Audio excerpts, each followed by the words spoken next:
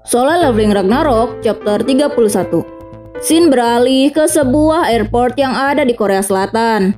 3 hunter dari Guild Aliansi lagi ngejaga gate level B yang kini berubah menjadi warna merah.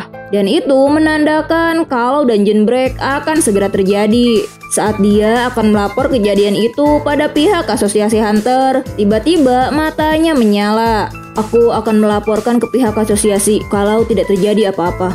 Dan di hadapannya kini berdiri bocah Apostle of Itarim. Dari dalam gate itu keluar beberapa monster yang udah dalam kendali si Apos. Dan di momen ini kita juga diperlihatkan bagaimana cara si Apos ngeliat sosok pencipta dan makhluk ciptaan.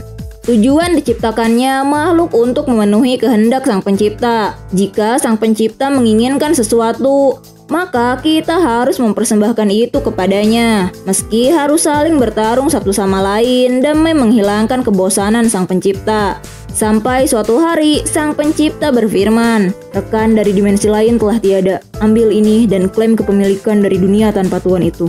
Sesuai firman dewa, para prajurit ciptaannya langsung bergerak buat mengklaim dunia baru yang tak bertuan. Meski membutuhkan banyak energi dan juga waktu yang lama buat berpindah dimensi, mereka tetap melakukannya.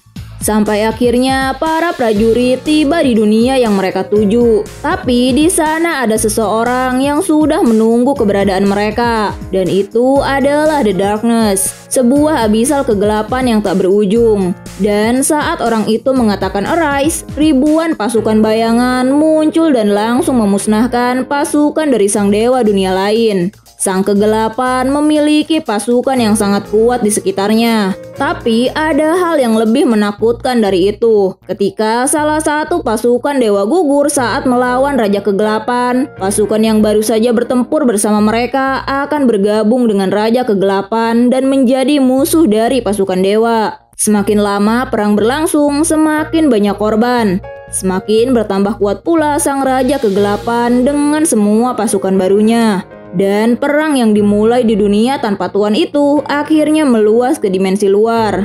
Saat mereka putus asa karena selalu gagal menembus benteng Raja Kegelapan, tiba-tiba seorang utusan dewa lainnya bernama Tiel menawarkan sebuah ide. Diketahui bahwa makhluk hidup di dunia tak bertuan itu tidak memiliki magic power. Dan dengan menggunakan Mistburn itu akan menghancurkan mereka dari dalam. Meski lemah, tapi kabut itu sangat mematikan bagi makhluk yang tidak memiliki magic power. Dan jika terbakar, maka api itu akan sulit buat dipadamkan. Dan ide itu pun disetujui oleh semua prajurit dewa.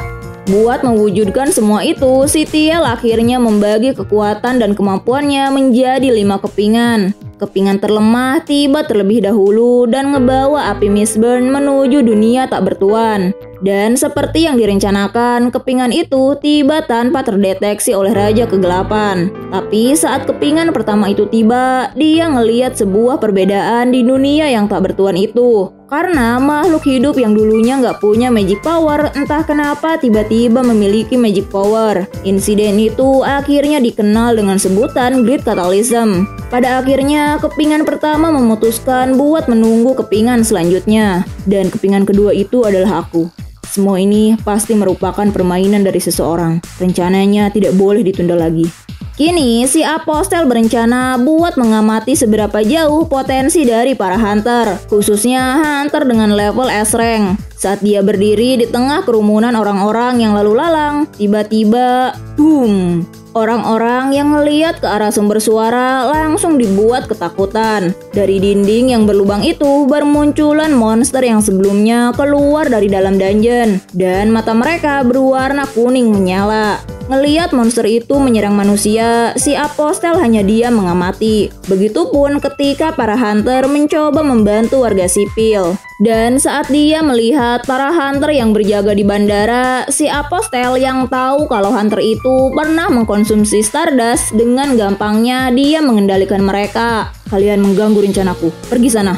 2 hunter itu pun langsung mematuhinya. Seorang wanita yang menjadi korban dari serangan goblin mencoba minta tolong ke si Apostel. Tapi bocah itu cuma mematung sembari menonton wanita itu putus asa. Selama dia mengamati manusia, dia dibuat heran sama mereka yang memiliki hasrat layaknya sang pencipta.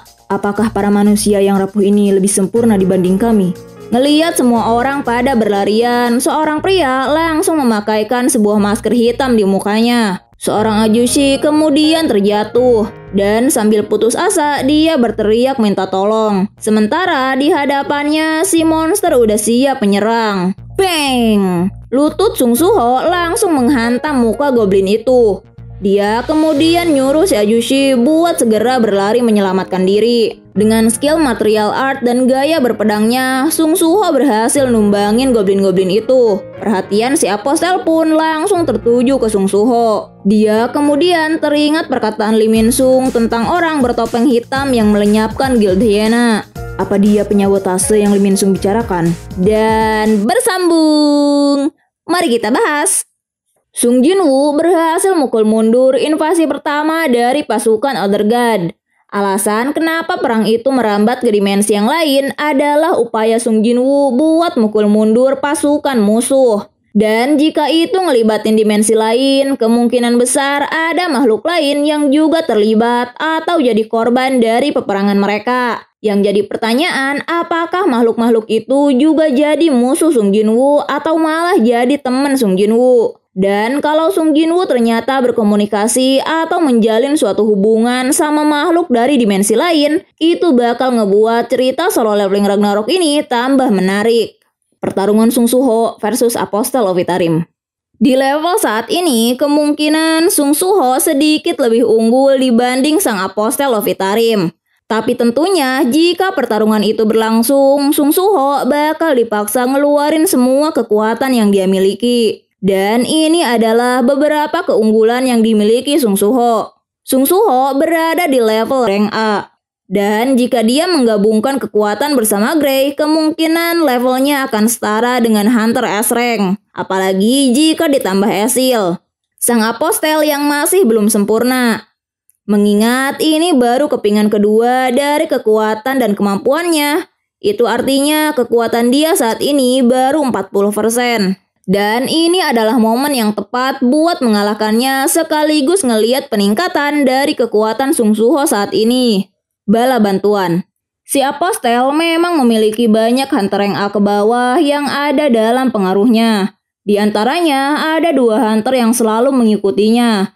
Dan kemungkinan besar mereka berdua juga ada di rank A. Tapi prajurit Sung Suho juga nggak kalah hebat. Dari makam piramid di Mesir, kemungkinan besar Sung Suho ngambil beberapa mayat buat dijadiin pasukan bayangan. Ada kelabang raksasa, Gravekeeper Shika yang merupakan bos dungeon rank A dan juga Great Arcane jika masa pemakaiannya belum habis.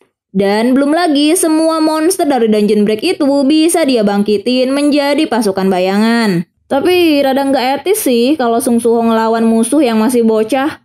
Gimana menurut kalian? Jika suka sama alur cerita manhwa ini, jangan lupa like, komen, dan juga subscribe. Bye!